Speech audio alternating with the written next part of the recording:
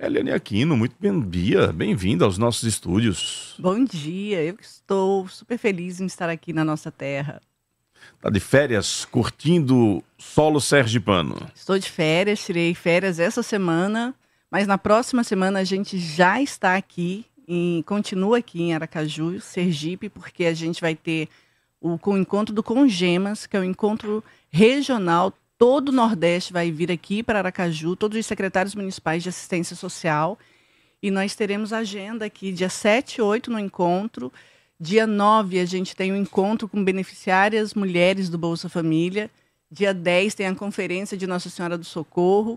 E nós teremos, se tudo der certo, os 3 ministros estarão aqui. A ministra Márcia Lopes, a ministra das Mulheres, o ministro Márcio Macedo, da Secretaria-Geral, e o ministro Wellington Dias, da assistência social. Esse evento, Sergipe recebe, então, aqui em Aracaju, próxima semana, representantes de todo o Nordeste. Todo o Nordeste. Muito todo bacana. Nordeste. Cássio Murilo, muito bom dia. Bom dia, querido Narciso, muito bom sempre estar por aqui. Queria também aproveitar para desejar um bom dia ao Matheus Costa, ao Wendel Lessa, ao Antero de Quental Alves, o único produtor de rádio filósofo que eu conheço.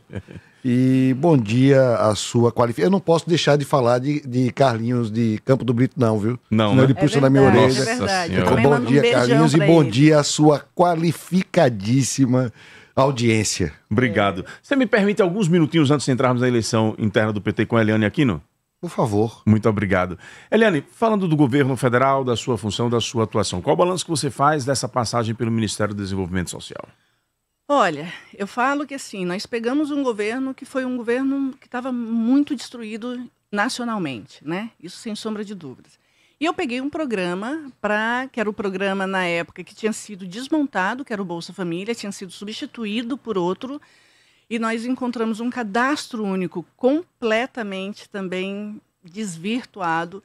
Então nós passamos os 2 primeiros anos, sabe, trabalhando muito com os estados e com os municípios, organizando dentro do Ministério o programa, trouxemos novamente o Bolsa Família, colocamos as condicionalidades que tinham deixado de existir, botamos novamente para funcionar as condicionalidades que é o acompanhamento das crianças, dos adolescentes, das mulheres gestantes. Então, eu digo que nesse 3º ano, sabe, que quando a gente olha para o programa, um programa que está nos 5.570 municípios, que a gente repassa mensalmente em torno de 13 a 14 bilhões por mês, nós estamos falando de 20 milhões de famílias, de 54 milhões de pessoas que são atendidas pelo programa Bolsa Família. E o nosso maior efeito tem sido qualificar muito o cadastro único dentro dos estados e dos municípios para que realmente a gente faça chegar o benefício nas pessoas que mais precisam. Então, a gente ainda tem, eu acho que ao longo desses 3 anos nós conseguimos equilibrar bem o programa, mas o nosso desafio ainda é fazer com que quem precisa estar e quem não precisa não pode estar. Há algum resultado, algum dado que vocês tenham de resultado com relação à regra, por exemplo, colocada de que o beneficiário ele não precisa deixar de trabalhar para poder receber aquela regra de transição? Há dados sobre isso? Porque essa é sempre uma discussão que existe, né? Os benefícios tiram mão de obra do mercado de trabalho. Qual é a avaliação que o Ministério faz hoje? A avaliação é super positiva. Primeiro ponto, porque nós estamos no menor índice de desemprego da última década. Sabe, nós estamos falando em 6,2% chegou o nível de desemprego no nosso país. E quando a gente vê isso, Narciso, quando você pega, por exemplo, o ano de 2024, a gente tem 75% de todas as vagas geradas formalmente, ou seja, com carteira assinada no nosso país, foi para o público do Bolsa Família. Então eu tenho praticamente 98% dos empregos formais que são feitos com carteira assinada no nosso país, entre o público que está no cadastro único que não está no Bolsa Família e o público que está no cadastro único e que está no Bolsa Família. Então não dá para a gente falar que o público Bolsa Família não quer trabalhar. Sabe? O que nós estamos falando muito é que o seguinte, assim, hoje em dia, uma mulher que ela é mãe, sabe, normalmente mãe negra, mãe periférica, mãe de bairros de todas as localidades do nosso país de periferia, essa mulher, ela vai pensar 2 vezes que tipo de trabalho que ela vai pegar. Porque, graças a Deus, a gente tem um Bolsa Família, sabe, que dá o suporte básico para ela. Então, assim, quando a gente fala que a gente vai olhar como a gente via antigamente, as pessoas que saem do interior do estado para virem em troca de um prato de comida, em troca de qualquer dinheiro, hoje em dia, essas famílias têm a segurança mínima do Bolsa Família, sabe? E o que a gente vê? Que esse público do Bolsa Família, o público trabalha, sabe? O que a gente quer é que realmente, que condições são essas, né? Que de trabalho que precisam ser condições dignas. E quando a gente olha para a regra de proteção, sabe? O Bolsa Família, a beleza do Bolsa Família é porque ele é um programa que ele é estudado o tempo inteiro. E o movimento dele é conforme a economia, é conforme o crescimento. Se eu tenho uma economia que está crescendo, se eu tenho um aquecimento economicamente falando no país, eu tenho uma diminuição de famílias dentro do programa. Eu tenho um maior número de famílias que entram na regra de proteção, que passam a receber 50% do benefício, que tem a sua carteira assinada. Depois de um ano, ela é desligada do programa, agora com a nova regra que passa a ter feito agora. E tudo isso por conta do cenário econômico, entendeu? Então, os resultados são muito positivos. E não é o MDS que está falando, é o Banco Mundial, é o IPEA, sabe? É o PNUD, que são institutos que, sem contar os órgãos internacionais que pesquisam o programa Bolsa Família. Então, o resultado é positivo. Agora, ainda dentro desse tema, uma discussão que a gente inclusive já trouxe aqui no programa, é que há uma ausência de mão de obra no mercado, porque essa mão de obra também está migrando para um trabalho independente enquanto MEI, independente da questão do recebimento de benefício. O Ministério tem esse dado também, tem acompanhado um pouco isso, esse sumiço de mão de obra. Há uma parceria entre o Ministério do Trabalho e do Desenvolvimento Social acompanhando isso? Existem estudos exatamente para isso. Assim, o que a gente sabe é que existe uma nova forma, sabe, que está surgindo. E não só no Brasil. Quando a gente vê, por exemplo, os estudos do Banco Mundial, eles mostram exatamente isso também em outros países, sabe? Que essa questão da carteira assinada, do trabalho de não sei quantas horas, isso está mudando na cabeça da população. Da pessoa. É claro que isso tem vantagens e desvantagens. Né? Quando a gente fala da uberização, das pessoas que ficam muito com essa questão do empreendedorismo, que não é algo fácil de fazer. E que a gente precisa pensar também nessa seguridade social. Então, nós temos, eu acho que logo a gente vai ter dados muito importantes, mas assim, isso tá muito no nosso foco, tanto do MDS como do Ministério do Trabalho e como dos órgãos de pesquisas que estão estudando e trabalhando conosco. Ao contrário de Márcio Macedo, que vira e mexe, surge alguma notícia na imprensa especulando sobre a saída ou deixada dele no Ministério, você teve uma passagem tranquila por Brasília. Como é que foi essa experiência no sentido de não viver com tanta especulação assim? Olha, eu falo que assim, tranquilidade não é o nome lá. Não é rotina de Brasília. Não é. E principalmente do Bolsa Família, né? Porque a gente lida o tempo inteiro com 27 estados, com 5.570 municípios, com um recurso que é um recurso fixo que eu tenho por ano e que a gente precisa equilibrar o orçamento para poder atender o maior número de famílias. A gente colocar na cabeça dos prefeitos e das prefeitas, dos secretários, da importância do programa, da importância de ter um cadastro único com as informações fidedignas das famílias brasileiras. Então, lá não tem nada de tranquilo. Lá é muito, muito, muito, muito punk. Agora, eu estou fazendo algo que é para um governo que eu acredito, sabe? E eu sei a força do programa Bolsa Família, eu sei o quanto que a gente ainda precisa de políticas públicas chegando nas vidas dessas famílias que são beneficiárias do Bolsa Família, porque eu digo muito, Narciso, o Bolsa Família por si só, ele não transforma a vida das pessoas. O que vai transformar são as outras políticas, é o olhar de cada gestão para essas famílias, sabe? Mas quando a gente vê o seguinte, assim, olha, quando eu encontro, e acontece muito, muito assim, da gente estar em reunião em qualquer lugar e de repente vem uma pessoa e fala assim, Eliane, eu fui filha do Bolsa Família. Foi exatamente por conta do Bolsa Família que eu tive acesso aos estudos, que eu consegui entrar num ProUni, que eu entrei numa universidade federal, sabe? E hoje eu estou aqui participando dessa reunião. E nós estamos rodando também o Brasil agora, fazendo escutas, sabe, com as mulheres do Bolsa, as beneficiárias, para a gente poder instrumentalizá-las com as informações corretas, falar sobre a responsabilidade, o que é a responsabilidade do governo federal, o que é do governo estadual, o que é do município, qual é o papel do CRAS, do CRES. E tem sido experiências assim muito ricas, porque a gente ainda vê o quanto que o Bolsa Família ainda é necessário, sabe? Que eu fico imaginando, Narciso, O que seria do nosso país ainda, sabe, se a gente tirasse um programa desse do Brasil? Se a gente tirasse o Bolsa Família do Nordeste, que circula aqui em torno de 6 bilhões por mês, sabe? Circula no nosso Nordeste com o recurso do Bolsa Família. O que é a economia local de cada localidade dessa com o recurso do programa? Então, eu estou num governo que eu acredito muito, sabe? Eu acredito muito no presidente Lula. Os dados que a gente tem tido de volta de fazer programas e políticas para essa população que mais precisa, isso é nítido que tem voltado. Agora, por um outro lado, a gente tem também, o governo tem muitas dificuldades por conta de um Congresso Nacional que acha que o sistema é parlamentarista, né? Então, equilibrar tudo isso, sabe, da gente poder ter tempo para trabalhar, para fazer com que as outras políticas cheguem na vida desses beneficiários e dessas beneficiárias, que a grande maioria são de mulheres dentro do programa, sabe? Esse é um grande desafio.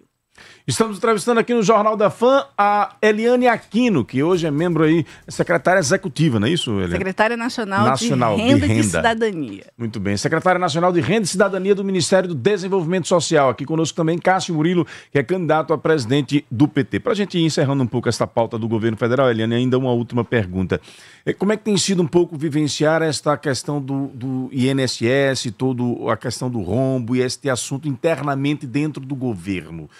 Como é que tem sido administrar um pouco isso? Porque, efetivamente, esta pauta tem impactado na imagem do presidente Lula. Sem sombra de dúvidas. Eu digo o seguinte, assim, em primeiro lugar, a gente precisa entender que isso começou no governo Temer, continuou no governo Bolsonaro e começou a ser enfrentada agora no governo do presidente Lula. Sabe? Uma da força do governo, e que por mais que queiram dizer o contrário, o governo do presidente Lula não tem receio, sabe, de enfrentar a corrupção. Não tem receio de botar todos os órgãos, de instrumentalizar novamente, sabe, CGU, TCU, os órgãos de controle, Polícia Federal, para que voltem a fazer todas essas investigações, todas essas pesquisas, para botar na cadeia quem realmente usa mal o recurso público. Essa questão do INSS foi algo muito forte que eu acho que ninguém tinha dimensão do tamanho dela, mas está sendo resolvido nesse governo, sabe? As pessoas que foram fraudadas, que perderam seus recursos, já vão começar a receber os recursos, mesmo no momento de muita dificuldade financeira, sabe? E muita gente está sendo investigada, muita gente vai ser preso. Sabe? Então, essa é a diferença, Narciso. É quando a gente não tem medo de ir para as investigações, de enfrentar o problema. E o governo Lula não está tendo esse medo, está enfrentando. Cássio Murilo, por que candidato a presidente do PT? Bom dia mais uma vez. Bom dia a todos e a todas mais uma vez. Veja, em primeiro lugar, a candidatura da CNB, a minha candidatura a presidente da chapa, em Sergipe se dá porque não é possível mais o diálogo dentro do PT. O PT... Hoje, os seus maiores líderes, não é, e o campo majoritário, chamado campo majoritário, entende que as instâncias partidárias precisam ser tuteladas pelos mandatos. Então, eu queria começar assim, para a gente já começar num bom debate, certo? Essa candidatura representa para nós uma libertação do Partido dos Trabalhadores para a militância. Então, queria começar deixando já esse ponto para reflexão. Uma das defesas que vocês mais fazem na sociedade é que vocês são um partido em que o debate acontece de forma livre, em que o processo é democrático. Isso se perdeu, então? Isso se perdeu. Isso acabou. Nós não temos debate mais. O que nós temos no limite é muita briga. Mas um debate qualificado, de horizonte estratégico, de projeto para o estado de Sergipe, de programa político, não há. Então veja, as instâncias estão nesse momento interditadas e são tuteladas. Os mandatos se colocam como superiores e determinando o que as instâncias, o que o partido deve fazer e que é sua militância. E aí nós temos erros. E esses erros, eu queria dizer que essa minha candidatura, ela também serve para corrigir erros. Os líderes erram, Narciso. Os líderes erram. E num momento como esse, a gente precisa dizer ao líder que ele erra e derrotar o líder. Até mesmo para corrigi-lo. Corrigi-lo. Como diria Gramsci, o partido, qualquer partido, tem papel pedagógico. E partido de esquerda, sobretudo. Então, nesse momento, nós queremos tratar de uma pedagogia de mostrar os erros que o companheiro Rogério e o companheiro João têm cometido ao longo dessa última década. Que erros são esses? Eu quero começar falando da perda da nossa sede, que não foi qualquer coisa. E não é a perda da sede pela perda da sede, é a perda de um local de referência, sabe? Poxa, tem uma geração anterior à nossa, e mesmo a nossa, nós lutamos muito para ter uma sede, para que a gente pudesse nela, né, fazermos, inclusive, locais de encontro, de reuniões, de fruição de arte, de assistir a filme, de fazer debate, sabe? Um lugar em que a população possa frequentar, a gente possa discutir política, mas também discutir arte, movimentar. Isso é um dos primeiros capítulos. Um outro capítulo que eu queria deixar muito bem negritado aqui é o papel do companheiro Rogério no episódio do orçamento secreto. Veja, ele teve um voto decisivo e participou de um processo que hoje começa com Temer, passa por Bolsonaro e deságua hoje num Congresso que executa 52 bilhões de reais do orçamento público. O que é que significa isso? Significa dizer que nós temos aquele pacto federativo que nós fizemos com a Constituição de 88, que é o de um presidencialismo de coalizão, ele ruiu. Hoje, pasmem, né? Pasmem, o Legislativo executa mais que o governo federal as políticas públicas. Isso não é possível. Então, nós estamos falando aqui de um papel decisivo, inclusive contrário à orientação da bancada do PT no Senado, contrário à posição histórica do partido e contrário à direção nacional do partido. Tem um documento de 2022 da então presidenta Gleisi Hoffmann, hoje ministra, nossa ministra. Então, são questões que a gente precisa, sabe, trazer para o debate público, porque dentro do partido o debate está interditado. Não se convive. Rogério não convive bem com a diferença. E aí, isso vira uma arrogância, ele é arrogante, e se coloca como uma força hegemônica e poderosa dentro do partido. Nós estamos enfrentando forças poderosas dentro do partido. É por isso essa nossa candidatura. A impressão minha, ou o discurso virou para o público interno também? Porque esse discurso que você está fazendo é muito o discurso que vocês faziam na análise da sociedade, a luta contra os poderosos, contra oligarquias, etc. e tal. Está se utilizando agora internamente esse discurso? A nossa avaliação, e aí tem uma frase de um companheiro que eu gosto muito, ele diz, olha, eu não sei se eu vou estar vivo quando o PT fizer 100 anos, mas eu não quero ser coveiro do PT. O PT continuará seguindo como sigla. Mas para além da sigla, nós precisamos resgatar o nosso patrimônio histórico, que é a militância, que são nossos símbolos. E isso não tem, vejam. Você aqui, há 2 semanas mais ou menos, você aqui fez uma denúncia. Você recebeu um vídeo do companheiro João num processo de distribuição de alimentação de cestas básicas em uma determinada comunidade em Brejo Grande, certo? Correto. Correto? Eu fiquei tão indignado que eu fiz um vídeo. Eu repudio aquele tipo de prática dentro do PT. Esses programas de cestas básicas, eles surgem para combater, né? Aliás, tiramos o Brasil do mapa da fome, né? Exatamente, em 2022, garantimos a segurança alimentar e nutricional das pessoas. 14, ele não, voltou. Mas ele voltou. E aí a gente agora... E aí, veja, aí tem um companheiro que faz uma disputa interna, né, orientando o voto para o candidato a presidente lá em Brejo Grande. Nós repudiamos. João participou aqui do programa, disse que aquilo não se tratou de uma tentativa de compra de voto, e repudiou esta denúncia e disse que se tratou, na verdade, de uma imaturidade política. Bom, eu não sei o que ele chama de maturidade política. Veja, eu não estou aqui, eu não criei esse fato. Eu não criei esse fato. Historicamente, nós repudiamos, o PT repudia historicamente esse tipo de prática que é confundida com coronelismo. Vá lá, não precisa você acreditar na minha opinião. Tem bibliografia para isso. Aqui no estado tem um grande professor chamado Ibarê Dantas, que escreveu um livro, Coronelismo e Dominação. Veja qual era a prática dos coronéis.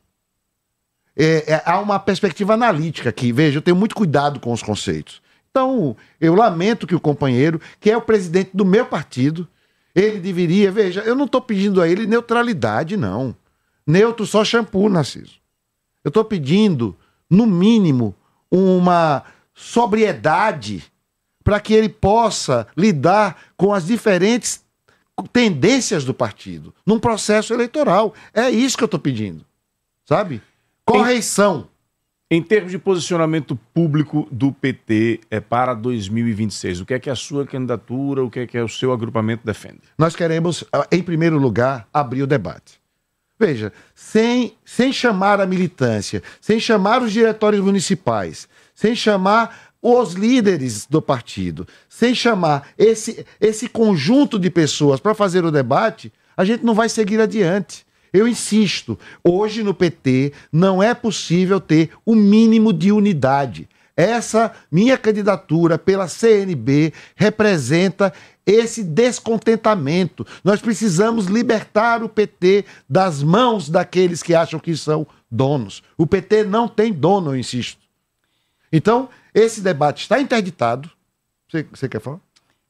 Pode continuar. Esse debate está interditado e para 26 a gente só quer uma coisa. A nossa tática central para 2023 é a reeleição do companheiro Luiz Inácio Lula da Silva. Qualquer outra coisa tem que partir desse pressuposto. Lula precisa ter, aqui no estado de Sergipe, precisa ter palanque, precisa ter conforto. Porque, vejam, é a última eleição para presidente do presidente Lula, é a última eleição. O PT vai passar por um processo de transição nesse tempo, nesse próximo período. E de mais a mais, nós precisamos ter a maturidade, aí sim, a maturidade de compreendermos que nesse momento nós enfrentamos dois grandes blocos. O primeiro, o neofascismo, que tem no bolsonarismo uma expressão forte e pungente, inclusive nas ruas. E segundo, mas não menos importante, o financismo internacional, que faz com que a gente, na divisão internacional do trabalho, nós tenhamos uma mão de obra precarizada e o país tenha se tornado um país primário exportador. Apenas então somente. Então, qualquer debate sobre o assunto tem que partir da premissa de que a militância precisa participar. E as instâncias precisam funcionar. Helena Aquino, sua visão de todo esse processo? Não, eu só quero falar para vocês o seguinte, assim, que essa é a diferença do PT. Sabe, o PT é um partido, quando o Cássio fala que é um partido que não tem dono, porque ele foi formado exatamente, quando você pega a história do PT, como que ele nasceu? Sabe, exatamente para as pessoas periféricas, para os trabalhadores, para as trabalhadoras, sabe? E essa discussão da militância, ela é fundamental. E o que me trouxe aqui, sair, largar Brasília, vir para cá, sabe, nessa semana, foi exatamente porque ele é o candidato. Porque é nesse cara que eu acredito e que eu quero militar junto. Porque na hora quando eu falo num partido dos trabalhadores que precisa ser e que sempre foi diferente, é exatamente nessa construção coletiva. É a gente estar discutindo, porque tudo que está acontecendo no PT, Cássio, não é diferente do que acontece nos outros partidos. Só que nos outros partidos fica tudo debaixo do tapete. Fica tudo lá preso e para fora, mesmo as pessoas, sabe, se discordando uma das outras, vêm para fora para enganar para um próximo período eleitoral. E no PT, não. Então, esse debate ele é extremamente necessário. Na hora, quando eu converso com a militância do interior, a sensação que me dá, que eles me passam o tempo inteiro, é do abandono do partido. É das pessoas que estão lá, sabe, sofrendo sem nenhuma interlocução, sem nenhuma força maior, a não ser para o próximo período eleitoral. Então, não é esse PT que eu acredito, não é esse PT de Marcelo Deda, de José Eduardo Dutra, que encantava a militância, não só com o pragmatismo da próxima eleição, mas encantava a militância com sonhos, com vontade de fazer realmente o certo pelo outro, com a ética sabe, seja a ética partidária, a ética moral. É isso que eu quero. E é isso que eu acredito para o meu partido. Então eu vim aqui exatamente essa semana para poder falar sobre o Edinho Silva, sabe que eu estou na chapa nacional, na 299, e vim exatamente por conta dos companheiros que a gente conhece, companheiro negro, companheiro de militante, sabe, que foi forjado na luta e que tem, sabe o que é esse peso do PT. Na hora quando o Cássio fala da gente fazer rodas de conversa, de formação, de leitura, sabe, da gente de encontros, é esse o PT que sempre foi diferente. E eu acredito na volta disso. Eu quero trazer a militância da juventude. Eu quero que o meu filho volte a se encantar com a política. Porque hoje nós trabalhamos de uma forma que quanto menos politizado for o ser humano, melhor. Sabe? Quanto menos a gente discutir, para a gente colocar os problemas reais da nossa nação na mão da população, para que elas entendam realmente o significado de um voto, quanto menos tiver isso, melhor. Só que eu não acredito nisso. Eu sei da força do meu país, eu sei a força das mulheres, eu sei a força da juventude e o quanto que a gente precisa entender cada vez mais de política. E o PT faz isso. É isso. Narciso, uma observação. O companheiro, meu presidente estadual, o deputado João Daniel, ele esteve aqui no início... Por telefone, semana passada. Semana passada. E aí ele falou num voto, num possível direcionamento do PT para acompanhar o Valmir Francisquinho. Eu pergunto a você, militante, a você, companheiro, companheira que está nos ouvindo agora. Você foi ouvido sobre o assunto? Qual foi a instância partidária em que isso foi discutido? Agora, durante o PED, inclusive eu não vi João. Agora, durante o PED, o processo de eleição direta, nos debates... Ele não tem comparecido? Não vi. Aí eu pergunto, onde foi que isso foi discutido? Em qual instância do partido, no diretório estadual ou nos diretórios municipais? Em qual instância isso foi discutido? Isso não foi discutido. Então, é um mandato que acha que pode pautar, mais do que isso, pode definir o que a militância quer, pode definir o que o diretório estadual, as instâncias de decisão do partido querem. Para a gente poder se encaminhar aqui para o encerramento, porque já estamos com as 8 horas e 53 minutos. Saudar aqui o Genival, que diz o seguinte: o mal do PT é esse fogo amigo. O PT sergipano tem um marco, um antes e depois de Marcelo Deda, é o professor Genival lá de Boquim. Tem muitos militantes do partido aqui em outros municípios mandando áudios. Rapidamente para a gente, eu vou pedir para você ser bem objetivo, porque o Tadeu, que é seu... militante também do PT, deixou uma pergunta aqui que é o seguinte: o que Cássio defende fazer com os partidos da base governamental federal que votaram contra os pobres para salvar os super ricos dos impostos? Esses partidos devem perder cargos de comissão no governo? Em primeiro lugar, para deixar bem objetivamente, eu acho que nós estamos tendo, nesse momento da história, uma nova configuração política. O próprio presidente Lula admitiu isso. Eu não sou presidente, nem tenho a caneta para definir se deve ou não perder cargo. Mas o que eu quero dizer é que a gente vai enfrentar todos aqueles que ameaçam a implementação do nosso programa.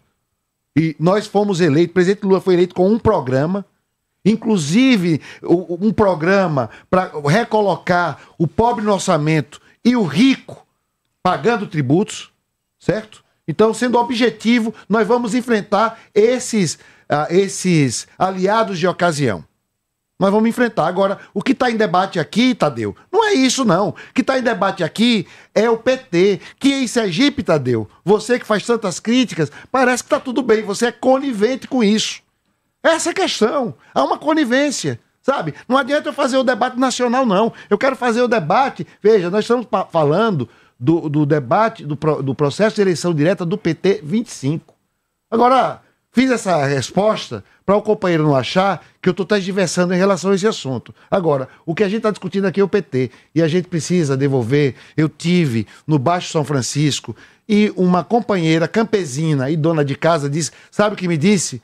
Meu filho, meu companheiro, meu filho, eu só preciso de você uma coisa. Devolva os nossos sonhos. E aí eu me lembrei, o companheiro Deda gostava muito de Fernando Pessoa, e eu queria trazer aqui, e finalizo com isso, tá? Eu vou pedir voto para Chapa, mas finalizo com isso.